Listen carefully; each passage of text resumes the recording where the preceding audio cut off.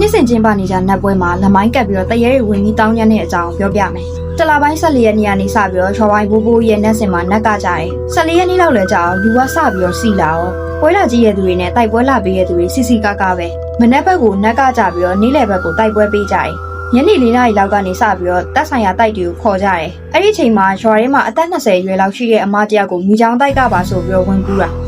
ဝင်လာခြင်းပဲနတ်စင်ရဲ့ထောင်လေးတောင်ကိုရှင်းခိုင်းပြီးတော့ရှေးရီတောင်းတယ်။အရင်နှစ်ကတော့အဲ့လိုတွေတခါမှမဖြစ်ခဲ့ဘူး။အဲ့ဒါနဲ့ရေဦးဇလားထဲထည့်ပြီးပေးလိုက်တော့ရေရီငုံပြီးတော့နတ်စင်ရဲ့ထောင်လေးတောင်ပါဇက်ထရရေရီနဲ့လိုက်မှုတ်တာ။အဲ့ချိန်မှာပဲနောက်ထပ်3ယောက်ကိုဝင်ပူးပြီးတော့စောနာလိုမျိုးပဲရှေးရီတောင်းကြတယ်။၄ယောက်လဲစုံတော့ရှီဖလားကြီးကိုင်းပြီးတော့တောင်းညံ့တာအရန်ပဲနတ်စင်ထောင်းတွေမှာကပဲနဲ့လူတွေရဲ့ဆိုင်ကန်းတွေထီကိုပါရှင်းနေလိုက်မှုတ်တာကန်ကောင်းတာတကူကအခြေအနေကိုအတော်ကြီးတယောက်ကသတိထားမိသွားပြီးတော့ရွာပိုင်းဘိုးဘိုးကြီးနဲ့ကြားနှက်ကောင်မှာဝင်ပူးလာပြန်ရောအဲ့ဒီချိန်မှာပဲနက်ကြော်တွေကဓာတ်တွေကိုစီကိုင်းပြီးတော့လမိုင်းတွေကိုဝိုင်းထားကြတယ်တော်တော်လေးလည်းကြောက်ဖို့ကောင်းတယ်ပြီးတော့တရေတွေကသူတို့လည်းပျော်ချင်လို့ပါဆိုပြီးတော့တောင်းပန်တာပေါ့ဒါမဲ့လည်းလမိုင်းကလို့ဝင်ပူးခံရတဲ့သူတွေကအသက်လည်းနှုတ်ခံရနိုင်တာမို့လို့မနှဲနှင်ထုတ်လိုက်ရတယ်လို့ပေးပို့လာပါတယ်ရှင်ဒီကြောင်းရလေးကိုမျှဝေတင်ဆက်ခွင့်ပေးတဲ့အကောင့်ပိုင်ရှင်လေးကိုကျေးဇူးများတင်ပါတယ်ရှင်ဗီဒီယိုလေးတွေကို TikTok အပြင် Telegram နဲ့ YouTube မှာလည်းတွားရောက်ပြီးတော့ကြည့်ရှုအားပေးနိုင်ပါတယ်။ Telegram Channel ရဲ့ link ကိုဘိုင်မှာချပေးထားသလို YouTube Channel ရဲ့ link ကိုတော့ Telegram မှာပင်ထောက်ပေးထားတဲ့ link ကနေတဆင့်ဝင်ရောက်ပြီးတော့အားပေးကြည့်ရှုနိုင်ပါတယ်ရှင်။